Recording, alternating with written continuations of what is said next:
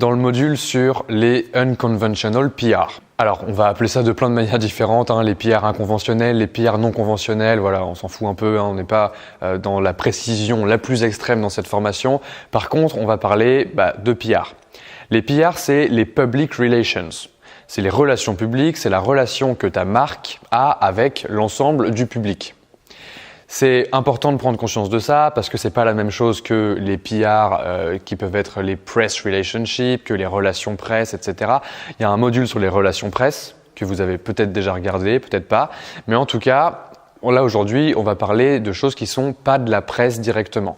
On va parler vraiment de comment faire pour que votre marque elle ait une image publique qui soit un peu inconventionnelle et que ça fasse en sorte d'attirer des clients vers vous. C'est un canal inbound qui est très très puissant et on va voir comment l'utiliser aujourd'hui. La première chose qu'il faut comprendre dans ce canal d'acquisition, c'est que c'est un canal qui est complètement l'opposé du standard.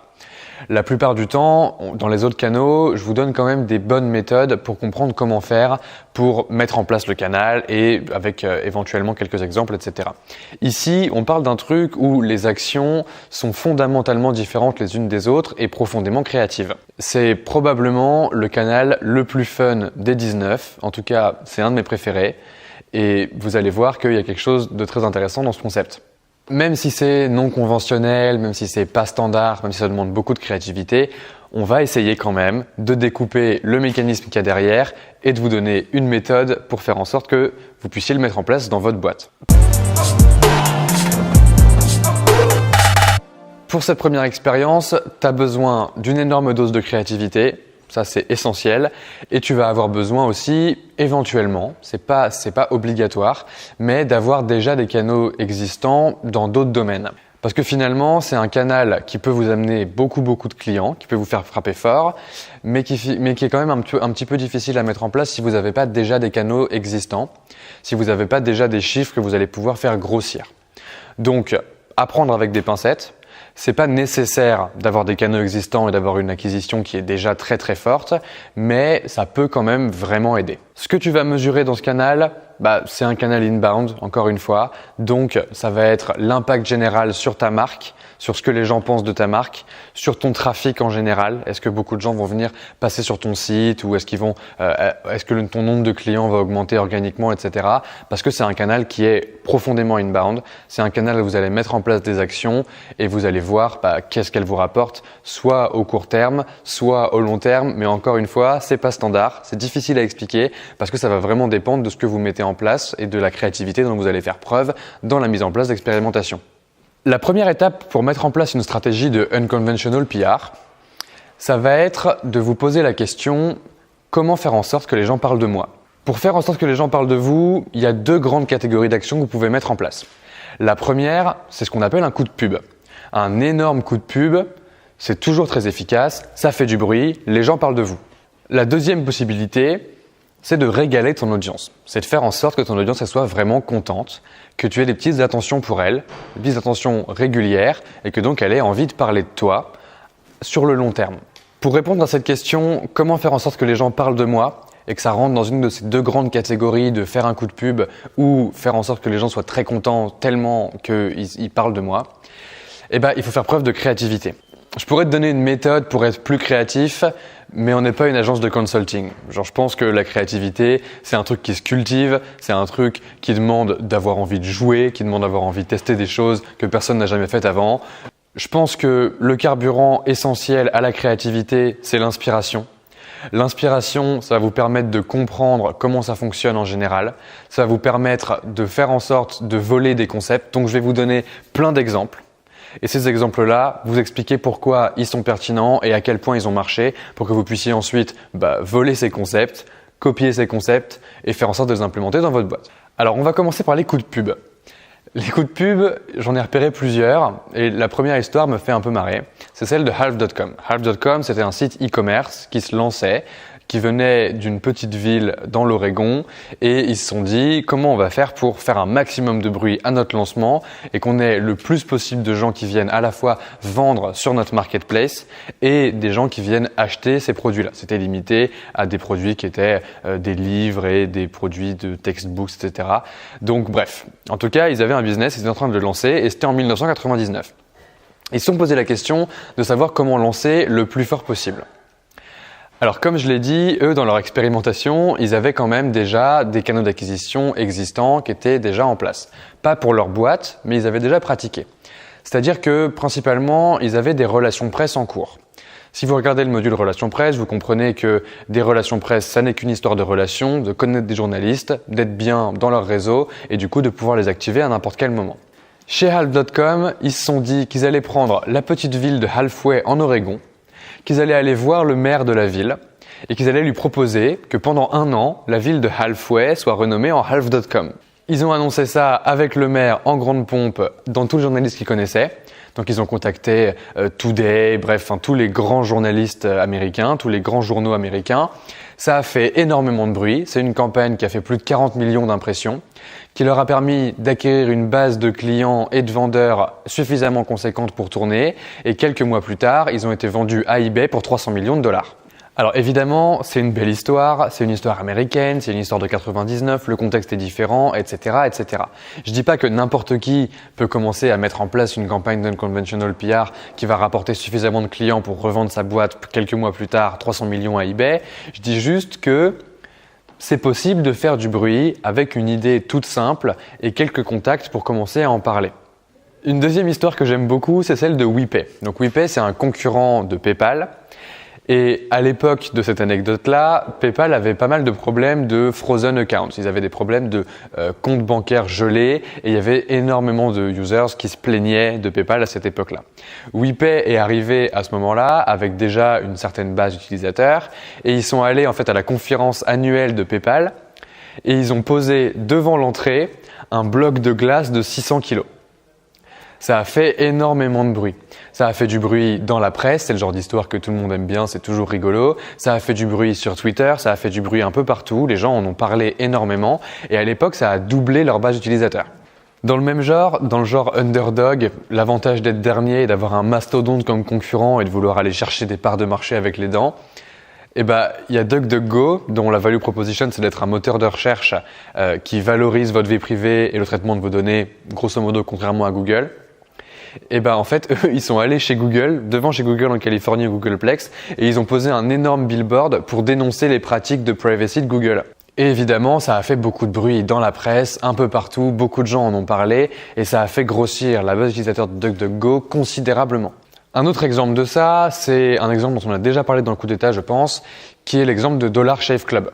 Dollar Shave Club, ils se sont dit, nous, on est encore une fois les underdogs de notre génération et on propose des rasoirs, mais qui sont des rasoirs de bonne qualité, qui coûtent pas une douille et qui sont pas avec 150 lames thermoformées, etc.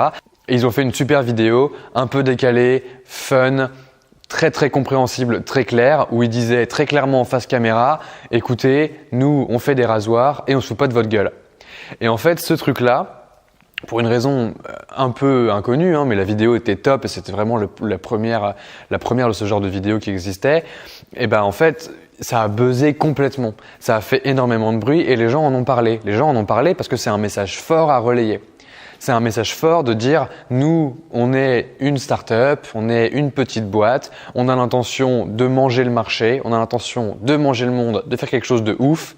On va vous le dire très clairement, d'une manière un petit peu créative, de façon à ce que juste ça tape le cerveau très très fort des gens qui entendent parler de cette campagne et qui se disent « Ah mais ces gens-là sont vraiment malins, je m'y identifie, j'ai envie d'y aller ». Ce sentiment-là de s'identifier et de taper émotionnellement, c'est un dernier exemple, c'est le CEO de Blendtec. Blendtec, c'est une marque de mixeurs où en fait il avait fait une vidéo où il posait à côté de son mixeur et il mixait des trucs de plus en plus improbables au fur et à mesure de la vidéo jusqu'à aller mixer un iPhone et il disait « Vous voyez, nos lames elles peuvent pas casser, c'est impossible ». Et voilà, et en fait c'était très drôle et les gens, ça les a marqués. Et quand on arrive à créer quelque chose comme ça qui est suffisamment improbable, c'est marquant, ça fonctionne. Ça, c'est pour les coups de pub. Je pense que vous saisissez à peu près l'idée du genre de campagne que vous pouvez mettre en place. Maintenant, il y a cet aspect régaler son audience, cet aspect faire en sorte d'avoir des petites attentions pour ses clients existants, pour son audience de manière générale, et que ces petites attentions se transforment très rapidement en beaucoup de bouche à oreille. Alors, il y a un premier exemple qui est chez Hipmunk. Hipmunk, c'est une société qui fait de la préparation de voyages en ligne. Et en fait, eux, ils avaient des super pratiques de customer success et de customer service. Alors c'est intéressant parce que dans le module sur comment vendre, dans Sales 101, dans le module de la formation, je vous explique que le Customer Success, c'est un truc à part entière de votre stratégie de vente, que c'est la 3e étape de votre stratégie de vente et que c'est essentiel de se poser la question de qu'est-ce qui se passe pour les gens qui ont effectivement acheté mon produit, pour qu'ils rachètent ou qu'ils deviennent ambassadeurs.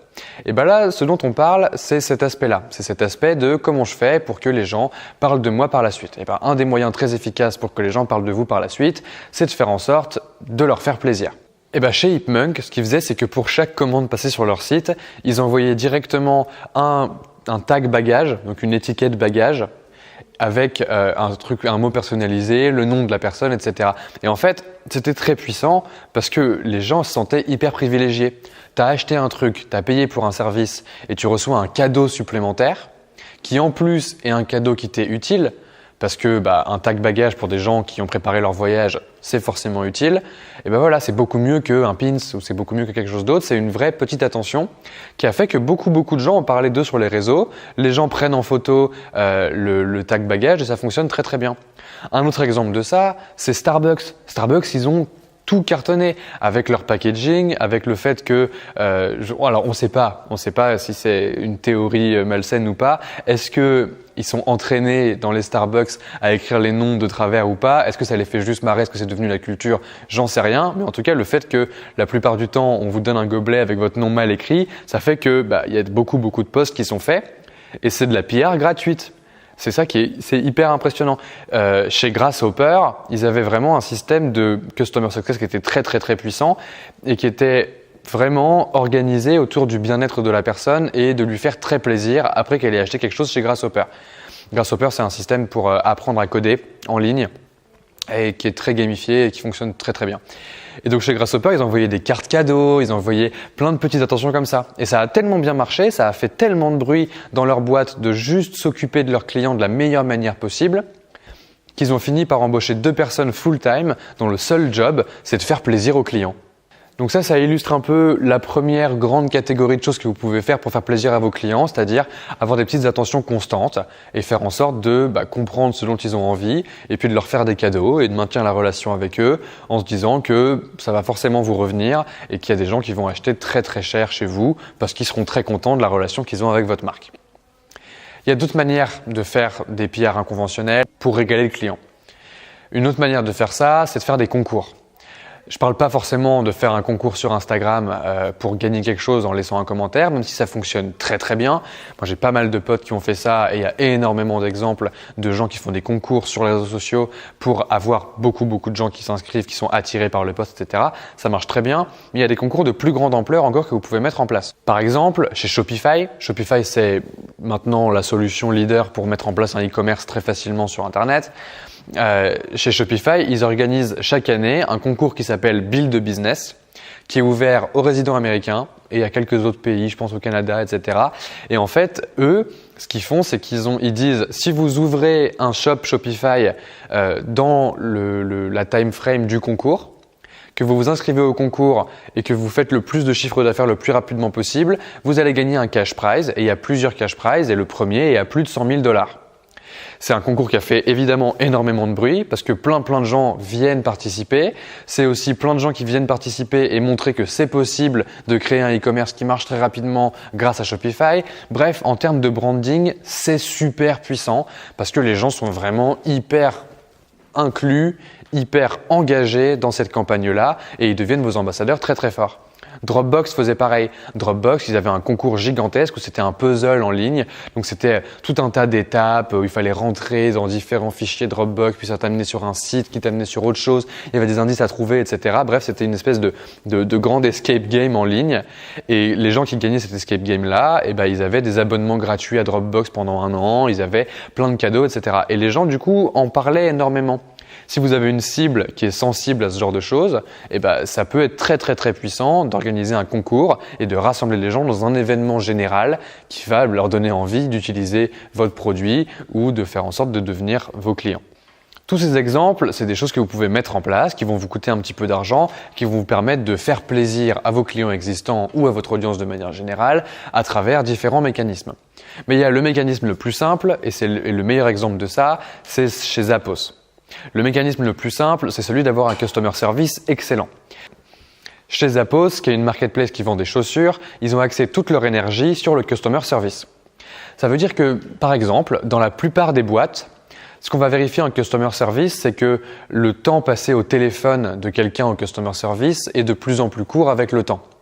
Tu vois, il va y avoir des notions de performance, de si tu passes 1 heure avec un client, c'est du temps homme qui est consommé. Alors il vaut mieux que tu essayes de faire en sorte de passer 1/4 d'heure au téléphone avec le client et d'optimiser la conversation, d'optimiser tes scripts pour faire en sorte que le client soit traité le plus rapidement possible et en traiter un maximum.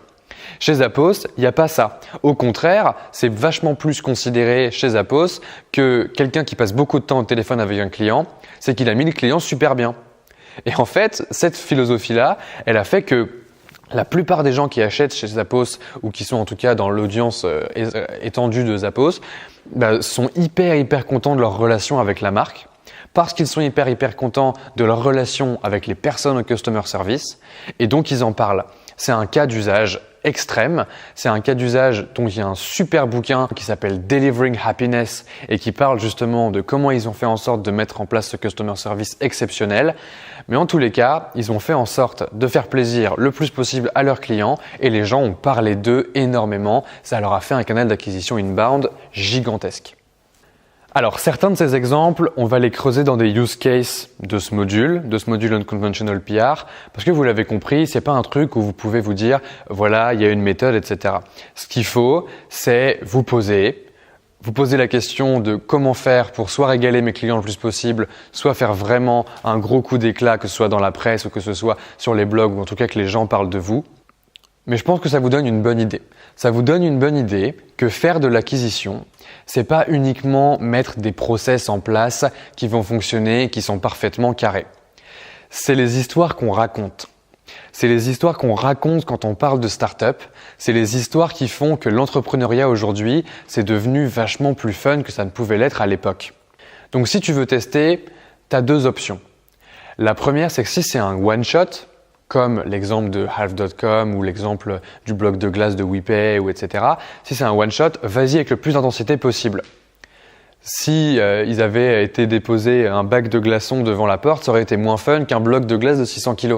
Il y a quand même une intensité, il y a quand même une bonne leçon qui est comment je fais pour frapper fort. Et si par contre, au contraire, c'est régaler ton audience et faire en sorte de vraiment leur faire aimer ce que tu fais, là, il va falloir le faire avec de la régularité. La régularité va être très importante et se dire que chaque client, chaque lead doit être traité avec le plus de care possible pour faire en sorte qu'il parle de ta marque plus tard et qu'il ait vraiment envie de devenir un ambassadeur de ce que tu fais, ça va demander une régularité constante. Je pense que vous avez saisi le concept général de ce canal. Ce canal-là, c'est celui qui montre que c'est possible d'être entrepreneur et de se faire marrer le plus possible. Parce que c'est un canal inbound, mais je pense que c'est le canal inbound qui est le plus clair sur ce que ça veut dire de faire de l'inbound. Ça veut dire que d'abord, amusez-vous. D'abord, faites des trucs qui vous font kiffer. Allez poser un bloc de glace devant chez PayPal pour faire le buzz, c'est sûr que c'est un truc qui se sont pas dit en mode on va mettre en place une expérience de croissance et faire en sorte d'avoir tel et tel chiffre à la fin. Il s'est trouvé que ça a doublé leur base d'utilisateurs, certes. Mais à la base, ils se sont dit qu'ils allaient le faire parce que c'était marrant. Posez-vous la question de pourquoi vous faites ce job. Est-ce que ce job, vous le faites parce que vous êtes quelqu'un de très analytique et que vous n'avez pas forcément envie d'être hyper créatif, mais vous avez envie de construire quelque chose de très solide, de très complexe et de très granulaire, auquel cas ce canal n'est pas pour vous. Par contre, si vous avez envie de juste vous taper des énormes barres et d'essayer des trucs qui peut-être vont flopper complètement, mais par contre, s'ils fonctionnent, ont un impact gigantesque, faites ça. Monter une boîte, ça doit être marrant. Monter une boîte, ça ne peut plus être profondément sérieux. Évidemment, il faut faire son travail avec sérieux. Évidemment, il y a un minimum de professionnalisme à avoir et plus que vous faites de qualité, plus vous avez des chances d'attirer des gens qui sont intéressés par la qualité. Mais mine de rien, ce qui compte, c'est votre envie de vous marrer.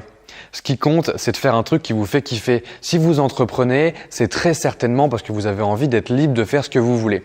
Si vous n'êtes pas libre et que vous suivez des injonctions, même si elles viennent de cette formation coup d'état, et que vous êtes en train de vous dire il faut que je le fasse parce que Valentin il a dit de mettre en place tel ou tel autre canal, et ben rappelez-vous tout le temps de ce module-ci.